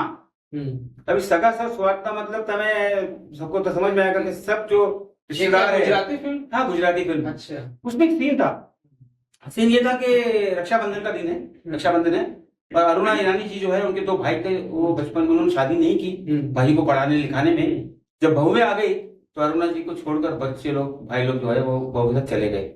घर में अंधेरा था, अकेली रो रही थी अरुणा जी, और एक सामने अपने परिवार की फोटोग्राफ। तो बोला एक शॉट, ओपनिंग शॉट नहीं मिल रहा। मैं मुस्तान बोला आधे घंटे से शूटिंग क्यों रुकी हुई है? बोले यार शॉट नहीं मिल रहा। बोला क्या है क्या? ऐसा ऐसा ऐसा। मतलब तो इसमें कौन सी बड़ी बात है? वो रमेश मेहता जी है ना गुजरात के एक्टर, बोले हाँ वही आने वाले हैं। बोले एक काम करो ना, अरुणा जी का फेस भाई के परिवार में पीछे से आवाज आएगी मैं हूं ना बहन, अरुणा जी से टर्न करेगी तो नौकर जो है वो उनका चेहरा उसमें दिखना चाहिए और भाई लोग का चेहरा आउटफोकस होना चाहिए। अच्छा, ऐसा उस टाइम पे मेरे को जो टेक्निकली जो आपको समझ में आया आपने बताया। मुस्तान जी ने अरुणा जी को बोला, अच्छा, और उन्होंने शॉट लगाया। और आपका अहमदाबाद में थे हम लोग, और बड़गांव में थे, सॉरी 5 स्टार होटल में थे। तो वहीं पे हम सब मीटिंग कर रहे थे, अरुणा जी, किरण कुमार जी, रानी जी, रीटा बहादुरी जी, और अब्बास मुस्तान साहब सब थे। तो अरुणा जी ने बोला मुस्तान क्या शॉट बताया? तो मुस्तान ने कहा मैंने नहीं बताया, इनायत ने बताया, शेख ने बताया। तो अरुणा जी बोली बेटा बहुत हो गया मेकअप। अच्छा, ऐसा बोला उन्होंने? हाँ हाँ बोला हो गया, अब तुम डायरेक्शन में स्विच हो। तो because of Aruna ji I switch to direction. चलो बहुत अच्छा। मैंने कुछ टाइम पहले एक फिल्म देखी थी आपकी जी, एक और जंग जी, मैंने देखा, बड़े स्टार कास्ट थे उसमें, धर्मेंद्र साहब, किरण कुमार, राज बब्बर, मतलब इतने बड़े स्टार कास्ट को लेके आपने उस वक्त जो बनाई फिल्म, जी। इन लोगों को कैसे हैंडल करते थे एक ही फिल्म में सारे हीरो? इन लोगों को कैसे मैनेज करते थे कि ये रोल आपका है, ये रोल आपका है? क्योंकि उस वक्त हमने देखा है कंपटीशन बहुत होता है कि अगर लीड है तो मैं करूंगा, वरना नहीं। तो धर्मेंद्र साहब, किरण कुमार साहब, राज बब्बर साहब, सब टॉप के लोग। तो कैसे, मुकेश खन्ना साहब भी थे। जी सर, एक सिंपल सा बता दूं आपको, वर्मा साहब, अवधेश वर्मा जी जी। अमर अकबर अंथोनी में बच्चन साहब और विनोद खन्ना जी और ऋषि कपूर, परवीन बाबी, शबाना आजमी जी, नीतू जी, प्राण साहब, जीवन साहब, ये तमाम लोगों को मनमोहन देसाई जी हैंडल करते हैं। अच्छा, हाँ, करते right. We are not compare to Manmohan Desai ji, legend है, ठीक है। जानी दुश्मन के अंदर तमाम डायरेक्टर काम कर रहे हैं, और राजकुमार गोनी जी डायरेक्ट कर रहे हैं। अच्छा, वो अपनी आंखों से देखा है ना। जब मैंने स्क्रिप्ट बनाई तो एक रोल था ट्रक ड्राइवर का मुकेश खन्ना जी के लिए, एक था, एक हाथ नहीं है, फौजी का राज बब्बर जी के लिए, और इन दोनों के साथ में एक नेवी ऑफिसर है धर्म जी, जिनकी जिंदगी में हुआ था। तीनों का मकसद एक मिलन ही था जो किरण कुमार जी ने पीछे किया था। तो तीनों का अपनी जगह पर अपना अपना रोल था। तो तीनों को मैंने कन्विंस किया, और बिकॉज मैंने तीनों का मेकअप भी किया था पहले, इसलिए मतलब शायद आप मतलब उनको मना मैंने इनको डिस्क्लोज नहीं किया कि मैं मेकअप मैन हूं, मुझे डायरेक्टर बन रहा हूँ। अच्छा, धर्म जी को मैंने बाद में बताया। धर्मवीर फिल्म थी ना, हाँ, उसमें आप मेकअप मैन में थे? जी, जीतू साहब के साथ, धर्म जी के साथ। अच्छा, धर्म जी का मेकअप कंपनी करते थे ना हम लोग, वो उनका मेकअप किया। आप तो ऐसा ना थे, मैं राज बब्बर जी के साथ में था मेकअप में, बेशक असिस्टेंट में थे लेकिन जुड़े तो थे। पर मुकेश जी के साथ तो लंबा सफर था उनके साथ। लेकिन जब मैं एज ए डायरेक्टर सेट पे काम कर रहा था ना, यू कांट बिलीव इट, किसी ने भी इतना भी इंटरफेयर नहीं किया मुझे। अच्छा, मैंने कहा राउंड ट्रॉली लगानी तो राउंड ट्रॉली लगानी, मुझे मुकेश जी को खड़ा करना तो खड़ा करना, लुक देना, एग्जिट करना, एग्जिट कराना। I am very comfortable, because see एक आदमी अगर इतना काम कर रहा हो और होमवर्क स्ट्रॉन्ग कर रहा हो और आर्टिस्टों को रिस्पेक्ट दे रहा हो, तो सर उसके लिए काम करने को कुछ बड़ी बात नहीं है, इफ यू आर ऑनेस्ट। मैंने एक फिल्म और देखी थी जिसमें धर्म जी थे जी, आपकी फिल्म का नाम था वो सूर्यकांत। Okay okay. उसमें प्राण साहब भी थे। जी जी जी। मैं वो क्लिप देखी, मुझे बहुत अच्छी लगी। मधु भी थी। मधु भी थी, राइट। हाँ, रोजा मधु भी थी। उस फिल्म का क्या हुआ, वो क्यों नहीं रिलीज हुई? सर देखिए, वो फिल्म थी 1997 की। अच्छा। 1999 2002, 4 साल। उस पिक्चर में था धर्मजी, सोनू वालिया, हाँ। ऑलरेडी शिवम में खुदा परिमान, मधु नहीं थी। उस पिक्चर में 2-3 पिक्चर कर चुकी थी।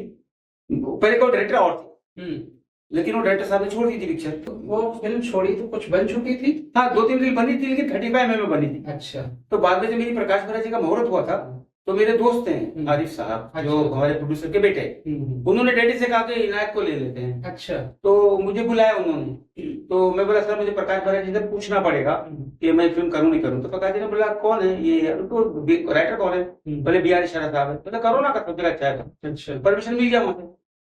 तो जब मैं गया वहां पर, तो पता ही चला कि मधु जी को कहा प्रोड्यूसर ने कि देखो नया डायरेक्टर है, तुम एक दिन शूटिंग करो, अगर तुमको लगता है डायरेक्टर में दम नहीं है ना, तो मैं डायरेक्टर चेंज करूँ। अच्छा। हाँ, ये बात मुझे बाद में पता चली थी। मैंने पहले भी शूट किया कि हीरो बाइक पे आके रुकता है, और कॉलेज के बाहर है, एसएलडीटी कॉलेज में शूट हुआ था। तब तक मधु से मेरी पहचान नहीं थी। सेट पे भी आया तो नमस्ते जी, नमस्ते जी मैम, ये शॉट है, ओके ओके, एकदम सिंपल था।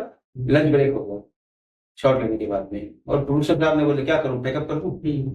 बोला sir I walked in South. This boy, this man, he just, I feel that I'm in South shooting. Will I continue? अच्छा। I'm very happy. So this is a good thing from Madhu ji. तो अभी आप बॉलीवुड में अभी के time और पहले के टाइम में क्या फर्क देखते हैं? बहुत क्या फर्क, difference है? बहुत फर्क हो गया। क्या बदला है? सर बदला देखिए, ये है पहली बात तो नेगेटिव से अभी डिजिटल आ गया है। हाँ।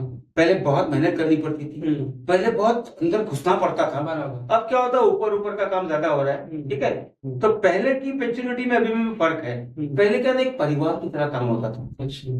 जितनी भी प्रोडक्शन हाउसेस है, चाहे राजश्री प्रोडक्शन हो, चाहे महबूब साहब का प्रोडक्शन हो, चाहे राज कपूर साहब का प्रोडक्शन हो, चाहे आप कमालिस्तान का प्रोडक्शन हो, कोई भी हो, अब वो चीज नहीं, अभी कट टू कट टाइमिंग है, आते मेकअप करते सीन करते निकल जाते, कौन किधर क्या हो रहा नहीं मालूम। पहले का सुना है टाइमिंग भी अलग था काम करने का। नहीं, अभी 12 शिफ्ट होता है। सर वो देखो 6 घंटे 8 घंटे की शिफ्ट होती थी। अच्छा। अब तो 12 घंटे 14 घंटे, और टेलीविजन में तो कोई लिमिट ही नहीं है। मैंने किया शूटिंग सर, मैंने 56 घंटे शूटिंग की उसका नाम था धर्मवीर, मेरे साथ कैमरामैन था वो, क्योंकि टेलीकास्ट के लिए जगह नहीं थी। अब शूटिंग 56 घंटा अगर आदमी काम करेगा तो क्या हालत होगी, बाकी लोगों को तो आराम मिल जाएगा ना भाई। एक कैमरामैन डायरेक्टर को आराम नहीं मिलेगा, असिस्टेंट चेंज हो जाएगा, मेकअप चेंज हो जाएगा, स्पॉट बॉय चेंज होगा, लाइटमैन चेंज होगा, प्रोडक्शन वाला चेंज होगा, आर्टिस्ट भी चेंज हो जाएगी, लेकिन डायरेक्टर और कैमरामैन को तो काम करना ही पड़ेगा ना, ये बात। अच्छा, एक सवाल और है, मैं ऑडियंस के लिए मैं बोलना चाहती हूँ, नए लोगों को एक्टर बनने के लिए क्या जरूरी है, डेस्टिनी या फिर मेहनत?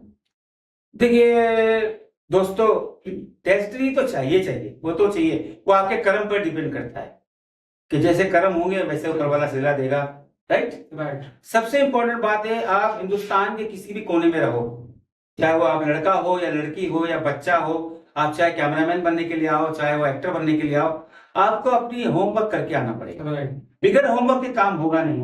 ये जरूरी नहीं कि आप इंस्टीट्यूट में जाकर ही सीखो, आप अच्छी फिल्में देखो। आपको आजकल तो ना अवधेश जी, आजकल तो ना वीडियो में हर चीज अवेलेबल है, सब चीज आप देखो ना। और देखो एक्टिंग का जहाँ तक ताल्लुक है ना, कोई इनबॉर्न टैलेंट होता है यार, ये कोई ऐसा थोड़ी कि A for apple B for boy वाला नहीं। हाँ, थ्योरी जरूरत है, इंटीमेट एक्टिंग है, मेथड एक्टिंग है, राइट, ये बात। अच्छा, एक और सवाल, आपने तो फिल्में भी की जी, सीरियल भी की जी, फिर आपने वेब सीरीजें भी बहुत बड़ी बड़ी की, वीडियोस भी की, सब कुछ किया है। आपको सबसे मजा क्या करने में आया, फिल्में, सीरियल या वेब सीरीज या सॉन्ग, क्या अच्छा लगता था? देखिए, जहां तक एज ए डायरेक्टर फिल्मी वो 35 mm पे, हाँ 35 70 mm सिनेमा फिल्म फिल्मी है। उसके बाद ओटीटी, ओटीटी के बाद में टेलीविजन सीरियल, सीरियल के बाद में फिर आपका म्यूजिक वीडियो। फिल्म तो फिल्म ही है, मतलब फिल्म में आपका जा रहा है। यस 100%। फिल्म चल रहा है जी जी जी। अच्छा, एक सवाल है जी, मैंने कई बार देखा, वो सुनी भी है कहानी जी, वो 100 हॉर्सेस की कहानी क्या है? और सुना है कि एक दरवाजा खुलता है, एक स्टार उतरता है जी जी जी, और सबसे पहला सवाल आपको यही बोलता है जी, 100 हॉर्सेस क्या है? अवधेश बाबू बहुत तैयारी करके है आपकी टीम ने, लगता है सब लोगों से पूछा होगा, पढ़ा होगा, देखा होगा। जरूर सर, क्योंकि IMDb में भी हमारा है। ठीक है ना, हमारे एक हम अपनी जगह पे ठीक है। अभी तो हम ये नहीं कह रहे कि हम बहुत बड़े डायरेक्टर हैं या हमारे पिक्चर ने जुबली बनाया है या हमारे प्रोड्यूसर ने 300 करोड़ कमाया, ऐसा नहीं है। लेकिन उम्मीद ये आज भी है, अगर हमें सही मौका मिलेगा, स्क्रिप्ट हमारे पास में, कोई एक्टर हाँ बोल देगा, तो हो सकता है हम उस मुकाम पे पहुंच भी जाए। डेस्टिनी। तो हुआ ये था, इससे पहले कि मैं कहानी बताऊं, एक डायलॉग बता दूं। बताइए ना। सर जमीन है हिंदुस्तान, अस्सलाम वालेकुम, मेरा नाम बादशाह खान है। मोहब्बत के लिए ये काबुल का पठान हिंदुस्तान की सरजमीन से खैर मांगने आया है। आजमाइश खड़ी है, हौसले बुलंद है, और जीत हमेशा से मोहब्बत की होती आई है, और वही होगा। रोशनी कर खुदा का हम मंजूर, आंधियों में चिराग सकते हैं, खुदा का भाई। क्या बात, ये है बच्चन साहब। आपको पूरा डायलॉग याद है? Sir, being assistant, being director, जब तक हम स्क्रिप्ट को खाए नहीं, पिए नहीं, ओढ़े नहीं, सोए नहीं, how can you take out the work from the actor, चाहे वो कोई भी हो। तो हुआ ये था कि प्रकाश महाराज जी का जब मुहूर्त हुआ, प्रकाश जी ने कहा था कि लल्ला है, उनको रिसीव करना चाहिए। तब तक मैं जब वो आपके लिफाफा की मुहूर्त का टाइम जी था। जी जी। ओके। तो तब तक मैं खुदा गवाह के अफगानिस्तान जाके आ चुका था अच्छा। सचिन जी के साथ शूटिंग पे। तो एक बड़ी गाड़ी आई, मैं गया, मैंने ओपन किया दरवाजा, तो शॉल पहने हुए थे, अविन जी बने, वो औरत है। क्यों बोलते थे वो? क्योंकि वो अफगानिस्तान में 125 घोड़े दौड़ते थे, 4 कैमरे लगते थे, एक हेलीकॉप्टर पे चलता था, एक लिमोजिन पे चलता था, एक टेलीफोटो लगता था, और एक और था, और पैरेलल शॉट में हम लोग बाइक पे होते थे। तो मैं क्या करता था, रन करता था। अच्छा। हाँ, मुझे कभी देखना था कि वो हमारा जो टीनू वर्मा जी हैं, हाँ। वो मिर्ची के डुप्लीकेट कर रहे हैं। हाँ, वो पीछे तो नहीं रह जाए, क्योंकि वो शॉट का मतलब ही नहीं। अब उनको लीड करना, अब अफगानी घोड़ों के साथ में कौन कौन आगे, वो अफगान के घोड़े 125 काबुल में, काबुल से भी दूर, मजार शरीफ से भी दूर, वहां शूटिंग हो रही है। तो मैं रन करता था, और सुबह से लेकर रात तक मेरी रनिंग बहुत होती थी कि हम असिस्टेंट कम होते थे वहां पर। तो अमित जी ने देखा मुझे, तो उन्होंने उनको प्यार से एक बार 100 बोल दिया। तो आपका जब ये मुहूर्त का टाइम था, मैंने उसमें देखा फोटो में जी, राजकुमार जी, जी, उनके बारे में कोई कहानी या किस्सा बताइए ना, क्योंकि बहुत प्यारे इंसान थे। कौन? राजकुमार खान। क्योंकि आपके मुहूर्त के टाइम भी वो थे।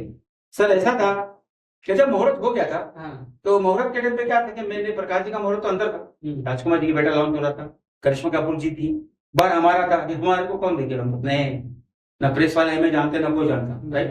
लेकिन प्रकाश महाराज जी का नाम तो था। तो हमने लिफाफा एक वो बनाया था, लेटर बॉक्स।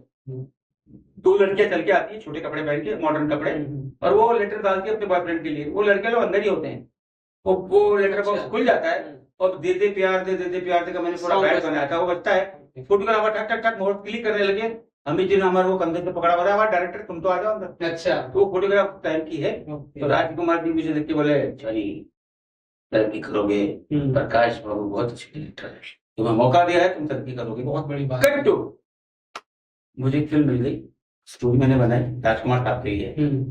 मैंने रचा जाफरी से, हाँ वो किस्सा बताइए, जब आपने कॉल किया था तो उन्होंने क्या बोला आपको? तो मैंने जावेद जाफरी के थ्रू, मेहर कुमार जी के थ्रू बहुत कोशिश किया, कांटेक्ट नहीं हुआ। एक दिन एहसान भाई थे उनके, अच्छा, उनके थ्रू मुझे पता चला सीसी एक क्लब कुछ जगह है कोलाबा में, वहां जाते शाम को। तो मैंने फोन लगाया तो राजी फोन पे आए। मैंने कहा आधा बढ़ राजकुमार साहब। कौन? मैं सर मैं इनायत शेख बोल रहा हूँ, राकेश रोशन जी, बापू साहब, मुकुल आनंद, मेहुल कुमार, तालुकदार और शशिला नायर जी का असिस्टेंट। हम तुम तो बहुत से डायरेक्टर को असिस्ट कर चुके हो, अच्छा, तो हमारी क्या जरूरत है, हम तो अभी बूढ़े हो गए हैं। मैंने कहा सर, ताजमहल की चमक आज भी और कयामत तक बरकरार है, ताजमहल बुरा थोड़ी हो सकता, बातें बहुत अच्छी करते हो, लेकिन जानी इस वक्त हमारे पास टाइम नहीं। अच्छा, एक सवाल और ऑडियंस के लिए है जी। अभी बहुत ज्यादा ये सब चल रहा है मार्केट में, मैंने देखा है, क्या ऑडिशन देने से काम मिलता है, आपको लगता है? देखिए, ऑडिशन तो देना चाहिए, क्योंकि आप डायरेक्टर हैं, आपको इतना एक्सपीरियंस है, तो इसलिए मैं आपसे ये सवाल। सर एक सिंपल सी बात, मैंने टिकट लिया कलकत्ता जाने का, और मैं लखनऊ की ट्रेन में बैठूंगा तो पहुंचूंगा कलकत्ता? नहीं पहुंचूंगा। मुंबई के अंदर अगर मैंने टिकट लिया है चर्चगेट जाने का, और मैं विरार की ट्रेन में बैठ जाऊंगा तो पहुंचूंगा? तो मैं तमाम जो एक्टर्स और एक्ट्रेसेस हैं उनसे यही गुजारिश करना चाहता हूं कि आप किसी पे आंख बंद करके भरोसा न करो। दूसरी बात, अच्छे लोग भी है, बुरे लोग भी है, ऐसा नहीं कि सारे फिल्म इंडस्ट्री वाले बुरे हैं, ऐसा नहीं, अच्छे बहुत है। ये हम बैठे हैं ना, हमको हम पे कोई उंगली नहीं उठा सकता। बुरे लोगों की वजह से ना अच्छे लोगों को भी गलत बोला जाता है। तो ऑडिशन तो मस्त है, लेकिन आप ये देखिए ऑडिशन कौन ले रहा है, किसके ले रहा है, कौन सी कंपनी में आप काम कर रहे हो, बहुत सारी चीजें जरूरी है। अपना होमवर्क करके आइए, सिंपल। तो आपकी अभी फ्यूचर प्लानिंग क्या है सर? आपने इतना तो काम कर लिया, आराम करना चाहिए आपको बैठ के घर पे। सर फिर भी देखता हूँ आप रनिंग करते जी रहते जी हैं, जी भागते रहते हैं। तो अवधेश वर्मा जी। साहब, एज पर यू से कि अभी आपको आराम करना चाहिए, आपने तो बहुत काम कर लिया है। कलाकार जो होता है ना तो वो बूढ़ा होता है, ना वो अपने काम से सेटिस्फाइड होता है, राइट। बाकी अभी भी वो मेरे अंदर ऊपर वाले ने इनफैक्ट गॉड वो जज्बा रखा है, वो एनर्जी रखा है ताकि मैं अच्छी स्क्रिप्ट बनाई। मैं चाहूंगा कि एक तो अच्छे एक्टर मेरे साथ काम करें और मेरे प्रोड्यूसर 300 400 500 करोड़ कमाएं और मेरे ऑडियंस बोले वाह क्या डायरेक्टर आ गया। मैंने भी तो आपके साथ काम किया है। एक फिल्म हमने भी की है आपके साथ, आप एज ए डायरेक्टर, मैं एज ए आर्टिस्ट जी आपके साथ किया है। तो वो देव साहब की बात थी जो मैंने थोड़ी सी रोक दी। तो देव साहब इस जब तक वो हयात रहे, जिंदा रहे, उन्होंने बहुत काम किया है। तो वो ही फॉलोअप चलता है, जीतू जी का फॉलोअप चलता है, तो क्योंकि उनके साथ ही काम किया है तो वो जोश तो रहेगा ही ना बॉस। अच्छा, एक सवाल है सर मेरा, जी जी जो मैं बहुत लोगों में देखा है नहीं होता है फैमिली में। जी। फैमिली का सपोर्ट होना कितना जरूरी है इस लाइन में अगर आए हुए? सही से मैं एक बात बोलूं आपको, मैं तो कलाकारों से भी ये कहना चाहता हूँ कि अपने माँ बाप की इजाजत के बगैर कभी मुंबई या कहीं कलकत्ता या मद्रास ना जाए। माँ बाप को राजी कीजिए, उनकी कुछ उनसे उनकी मंजूरी लीजिए और इंडस्ट्री में आए, स्पेशली फॉर द वुमेन, क्योंकि फैमिली का होना बहुत जरूरी, बैकग्राउंड में आपका सपोर्ट। क्योंकि आते हैं कोई आदमी बहुत हजारों में एक किस्मत वाला होगा जिसको काम मिल जाएगा, वरना मुंबई शहर में रहना, खाना पीना, कौन अच्छा कौन बुरा की तमीज कैसे होगी आपको, है ना। क्योंकि तो आपके पीछे सपोर्ट था आपके घर वालों का? सर देखिए, जब मैं छोटा सा था तो हमारे एक कारोबार था डैडी का। अच्छा। वो हम लोग का बेकरी का कारोबार था। बेकरी के अंदर जो आप लोग ब्रेड खाते हो ना, उसकी डाई बनाते थे। अच्छा। अच्छे खासे लोग थे, लेकिन मैं अपने डैडी को कभी नहीं बताया, वरना चमाट पड़ता था मुझे। बाद में तो पता चला। बाद में सर जब मैं थोड़ा बहुत नाम हो गया तो बोले क्या कर रहे हो, बोला मेकअप। वो क्या होता है, बोला आर्टिस्ट का मेकअप करते हैं, फिल्म लाइन में जा रहे हो अपना काम छोड़ के। तो मेरी माँ को मैंने बोला मम्मी जरा से पटा लो, तो मम्मी ने पटा लिया। मतलब डैडी एग्री नहीं थे? डैडी नहीं थे, क्योंकि डैडी ने ना ब्लैक एंड व्हाइट के जमाने में ना फाइटिंग का काम करते थे दोस्तों के साथ में। उस जमाने में एक दिन किसी ने कह दिया कि तुम लड़की बन जाओ, बोला मैं मर्द आदमी लड़की बनूंगा, थोड़ा नहीं करना है। तो आपके बेटे भी डायरेक्टर हैं? जी, इरफान शेख। हाँ, उन्होंने भी काफी काम किया, मैंने उनके काफी एपिसोड सीरियल देखे हुए हैं। तो क्या आप अपने बच्चों का सपोर्ट करते हैं? देखिए ऐसा है कि बाकी के मेरे बच्चे तो इस लाइन में नहीं है, लेकिन इरफान को थोड़ा शौक था, तो मेरे साथ 2 फिल्में की थी। तो मैंने कहा मेरे साथ काम ज्यादा नहीं कर पाएगा। अच्छा। तो मैंने उसको अरुणा ईरानी जी के पास भी किया था। तो अरुणा जी को उन्होंने असिस्ट किया, फिर वो हमारे पापा जीतू जी की कंपनी बालाजी में चले गए। तो इस साल तक बालाजी में काम किए, बहुत काम किया। फिर उन्होंने क्राइम पेट्रोल, सावधान इंडिया वगैरह वगैरह में, तो ना उनका एक नाम है as a director, crime show का तो नाम है उनका। उनको खुशी होती है आपके, मतलब इतना आपने भी मुकाम पा लिया और उन्होंने भी पा लिया कैसे कैसे मूवी के जरिए? तो सर जरिया तो ऊपर वाले का होता है सर। ठीक है, लेकिन एक रास्ता तो आप ही दिए ना। अगर आप सपोर्ट नहीं करते, आप रास्ता नहीं दिखाते। चलो सिंपल सी बात बोलूं मैं जी, प्राण साहब और जया बहादुरी जी अगर प्रकाश बाराजी जी को नहीं बोलते कि जिस फिल्म को संजय खान साहब ने, राजकुमार साहब ने रिफ्यूज कर दिया, किसी देवानंद साहब ने गाने नहीं रिफ्यूज कर दिया, अच्छा, और बच्चन साहब का नाम सजेस्ट किया, और डेस्टिनी में बच्चन साहब का रिजल्ट में आना नहीं होता, क्या वो आते? तो ये हर चीज सर एक बनी हुई है, तो वैसा ही है बस। अच्छा, मैंने एक सवाल और है जी। जैसे आपको पप्पी साहब, प्रकाश मेहरा साहब, सब लोगों ने चांस दिया जी, या आपको पप्पी साहब एज ए डायरेक्टर आपको लेके लॉन्च किया, तो आपका कभी विजन ऐसा नहीं रहा कि मैं इस एक्टर को लेके लॉन्च करूं या इसको ब्रेक दूं, या ये मेरे लिए परफेक्ट है या मेरे लिए लकी साबित होगा? ये मंदाकिनी जी का नाम सुना आपने? हाँ, शायद ऑडियंस को ये बात पता ही नहीं होगी कि मैंने कहा ही नहीं है। हाँ, बराबर। When I was a makeup artist, मैंने पहली बार मंदाकिनी जी का मेकअप किया था, जब मंदाकिनी जी नहीं थी, मंदाकिनी यास्मीन कुछ नाम था उनका, बहुत पहले फर्स्ट मेकअप। फिर 3 साल का गैप हो गया, फिर लोग घर चले गए, फिर जब दोबारा वापस आए तो फिर मैंने ही मेकअप किया। अच्छा। और बाद में वो फोटोग्राफ पहुंची किसी डांस मास्टर के थ्रू, बड़े डांस मास्टर थे राज कपूर साहब को, और मंदाकिनी जी की ओपनिंग हो गई। मैं इन दिनों में ना, मेरे दोस्त लोग हैं मुजफ्फरनगर में, मतलब आई कैन से ना उर्सस भी हैं, आप भी जानते होंगे अच्छी तरह से। वहां मुझे एक लड़की मिल गई 17-18 साल की। मैं प्राइवेट कभी कभी 10 दिन 15 दिन महीने भर के लिए जाकर लोगों को Urdu diction, intimate acting, method acting, how to walk, how to act, how to react, lecture देता हूँ, मुझे पैसे भी मिलते हैं। ये मतलब प्राइवेट आप सिखाते हैं? प्राइवेट जो भी। इंस्टीट्यूट नहीं, ऐसा कोई प्राइवेट क्लास मेरा, नहीं है हाँ, आपका? नहीं प्राइवेट। और आप लोगों से भी कहना नहीं, चाहूंगा, अगर रहे तो बता दीजिएगा ताकि ऑडियंस इसलिए मैं उनसे कह रहा हूँ, देखिए आपको सही रास्ता चाहिए तो आप, राइट, ये भाई साहब जो बैठे हैं ना, ये बहुत अच्छे इंसान है, ये बहुत सारी कंपनियां भी चला रहे हैं। अब ये आप ही हाँ। बता सकते हैं, हम तो हाँ। नहीं। हम तो इनसे कांटेक्ट कीजिएगा, हम आपको गाइड करेंगे और आपको सही रास्ता बताएंगे, राइट। तो बात थी, वो लड़की का नाम था सारा खान। अच्छा सर मैंने उसका पहला इंटरव्यू लिया, जस्ट 17-18 ईयर्स। सर मैं बहुत बड़ा फैन हो गया उसका। अच्छा, एक तो नाक नक्शा अच्छा, हाइट अच्छी। मैं कुछ 10 या 15 दिन उनके घर ही रहा। उनकी मम्मी ने, उनकी बहनों ने, उनके भाइयों ने मेरी बहुत इज्जत की। वो दिन का सिलसिला 2.5 साल हो गया, अभी भी बरकरार है। हम दोनों ने 6-7 कहानियां भी डेवलप की साथ में बैठकर। आज मैं ये चाहूंगा कि मेरी पिक्चर जब शुरू करूं उसमें उसका एक मुकाम दूं, क्योंकि उसके अंदर का जो तेवर है, उसकी एक आंखों की पलक झपकना, उसकी उंगलियों की मूवमेंट, उसके सांसों का कंट्रोल करना। और sir she is a fantastic dancer, her name is सारा खान। मैं सारा खान के लिए ऊपर वाले से भी दुआ करूंगा कि उसको ऊपर वाले की मुकाम दे। उनकी माँ की आंखों के अंदर जो नमी, वो चमक जो मैं देखता हूँ ना ऑडियंस, ऐसा लगता है कि यार मौका आ जाए फटाफट और उसको उस मुकाम तक पहुंच जाए। देखिए हमको क्रेडिट नहीं चाहिए, वो मुकाम पे पहुंच जाए, वो अपना काम करे, बस यही है। बहुत अच्छा लगा इनायत सर, बहुत बहुत शुक्रिया जी, आप हमारे शो पे आए जी, आपने अपना अनुभव शेयर किया। जी, किसी ने सही कहा है, जिंदगी बड़ी होनी चाहिए, लंबी नहीं। सही बात है। अगर आपको अपना एक मुकाम चाहिए तो आप वर्मा जी को कांटेक्ट कीजिएगा, ये आपको सही राय देंगे। और हम बैठे हैं ना, आपके लिए इतने साल का एक्सपीरियंस कब काम आएगा।